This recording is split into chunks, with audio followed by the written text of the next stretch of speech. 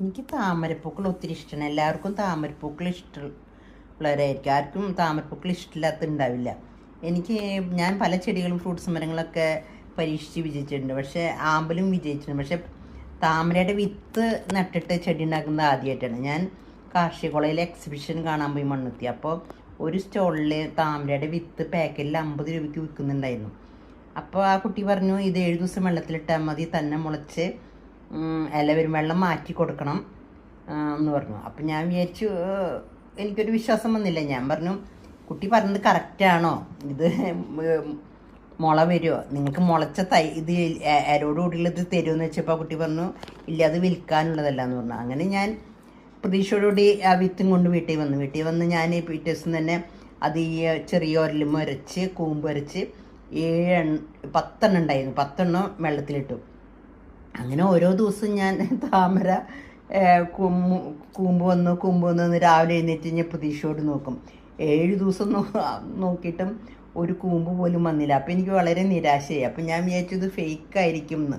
അങ്ങനെ ഞാൻ കുമരകത്തേക്ക് 1-2 വട്ടം വിളിച്ചപ്പോൾ ആ കുട്ടി പറഞ്ഞു, എല്ലാവർക്കും ഇല വിരിയാറുണ്ട്, എന്താണാവും മാഡത്തിന് ഇല വിരിയാഞ്ഞെന്ന് ചോദിച്ചു. അങ്ങനെ ഞാൻ അവരുടെ സാറിനെ കൊണ്ട് സംസാരിപ്പിക്കാമെന്ന് പറഞ്ഞിട്ട് ഒരു ദിവസം ഞാൻ വിളിച്ചപ്പോൾ അവർ സാറ് പറഞ്ഞു, ഇങ്ങനെ ഉരച്ചിട്ട് വെള്ളഭാഗം പുറത്തേക്ക് കാണണം, എന്നിട്ട് വെള്ളത്തിലിട്ട് വെക്കുക, കുറച്ച് വെയിലും കൊള്ളിക്കണം എന്ന് പറഞ്ഞു. അങ്ങനെ ഞാൻ പ്രതീക്ഷയോടുകൂടി വീണ്ടും എല്ലാ താമര വിത്തുകളെയും ഉരച്ച് പുറത്ത് വെള്ളഭാഗം കാണിക്കുന്ന പോലെ ഉരച്ചിട്ട് പോട്ടിലിട്ട് വെള്ളമൊഴിച്ച് 7 ദിവസം ഞാൻ വെള്ളം മാറ്റി കൊടുത്തു. പിന്നെ ഇടയ്ക്കിടയ്ക്ക് വെയിലത്തും വെച്ചു.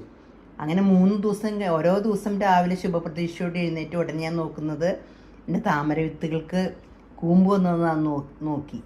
അങ്ങനെ നോക്കി 3 ദിവസം കഴിഞ്ഞപ്പോൾ താമര വിത്തുകൾക്ക് കൂമ്പ് വരാൻ തുടങ്ങി. അങ്ങനെ 6 ദിവസം കഴിഞ്ഞപ്പോഴേക്കും ഈ താമര വിത്തുകളെല്ലാം ഇലയായി.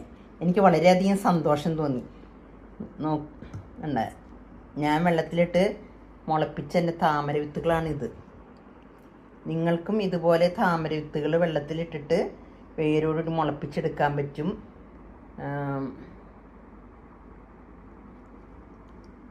വേര് വന്ന് മുളപ്പിച്ചതിന് ശേഷം നമ്മൾ വേറൊരു പോട്ടിൽ ചാണകപ്പൊടിയോ ആട്ടിൻകാട്ടൻ പൊടിയോ ഇട്ട് ചെളിയും നിറച്ച്, വേണമെങ്കിൽ കുറച്ച്